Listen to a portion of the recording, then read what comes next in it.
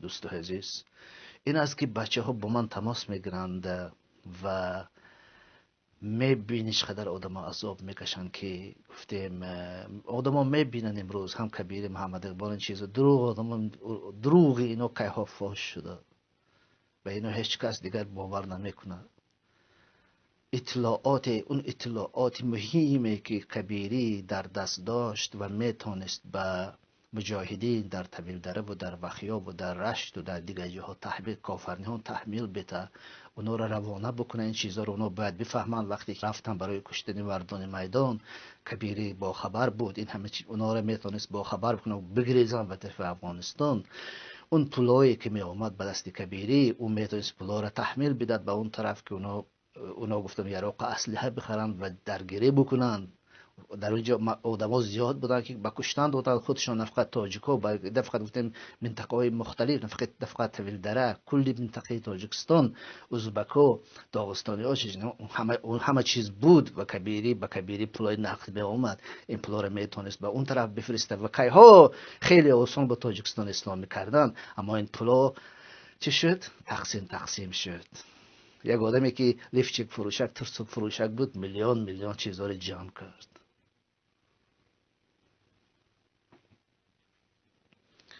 و در همون گفتیم مجلس میبینی وقتی که آدما میگن اگه کبیری چی کار بکنیم، ما باید یگان کار بکنیم، ما باید جنگ و جدال بکنیم، ما خودش ما برین جنگ و جدال بکنیم.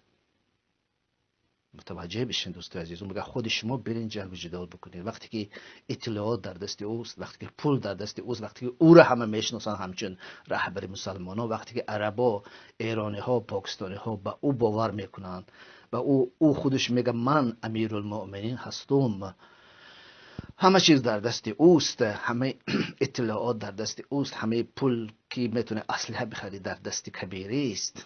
چگونه آدما از قشلاق‌هایی که هیچ چیز نمید، اطلاعات وجود ندارند، آگاه هستند، میتونند بیای جنگ بکنند و کبیری شرط نمیداره، میگه شما برین خودتون جهاد بکنین. امروز هم همین چیز است. امروز هم میلیون ها از ایرانی ها می آید به طور نقد، از عربا می آید به طور نقد. این همه اطلاعات داره. گفتیم وقتی که من گپ میزنم، خیش اقربای کبیری میگن شما اگر خواهین برید شما جهاد بکنین.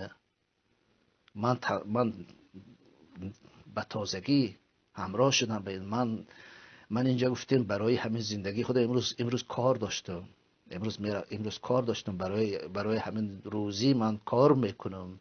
یک کار سختی را انجام میتونم که پول داشته باشم، نان داشته باشم. من هنوز به هیچ چی شروع نکردم. من هیچ چیز نمیفهم چگونه من میتونم برم یکون کار بکنم. کبیری و خیش اقربایش امروز اینا میگن اینا همه چیز به خودشان میگیرن. وقتی که من اینجا گپ میزنم، اگر اینا واقعا طرفدار حقیقت باشن، اینا میتونستن بیان با من گپ بزنن، به من بفهمونن، به آدما بفهمونن، کبیری بفهمونن، خیش اقربایش بفهمونن، دیگرها از پیمان ملی میتونستن بفهمونن. وقتی که سوال پیدا شد درباره قاری محمد جان، محمد اقبال صدرالدین همه چیز خیلی خوب میدونه، نمیخواد که افشا بکنه این چیزا را، برای که کبیری اجازه نمیده، برای که از دست کبیری نان میگیره محمد اقبال صدرالدین. اینا میتونستن تشویق بکنن که آدم ها گپ بزنن که ما بیشتر چیز بفهمیم.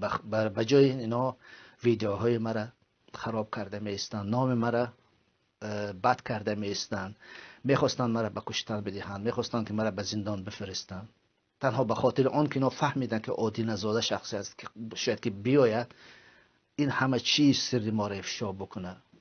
این است که یک بار دیگر میفهمیم که اینا پیمان ملی، این همه آدمای حرام، آدمای جاسوس، آدمای دشمن اسلام جمع شده در پیمان ملی. محمد اقبال صدرالدین این یکی از پسترین حرامترین آدم هاست که هیچ چیز هنوز نفهمیده.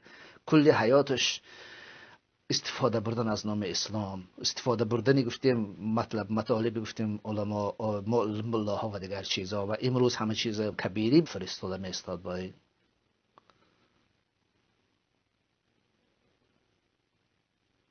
این است که به طور عمومی، برای چه من امروز تام سطحی گپ میزدم، من فهمش من همین است به طور عمومی که چگونه این سوریه اونا امیرالمؤمنی که اونجا بود البغدادی بود چی بود اون تونست که هزاران نفر را جمع بکنه یک کار بکنه که در آخر البته موفق نشد این خداوند خودش قضاوت میکنه اما در اینجا شرایط بیشتر است کوهستان است همه چیز هست کبیری میتونست هزاران نفر جمع بکند از گوشه کنار تاجیکستان همه آماده بودن از ازبکستان آمده از بخارا و سمرقند به شیکا هستن که آماده بودن که امروز در زندان ها هستن همه اینا به جای این همه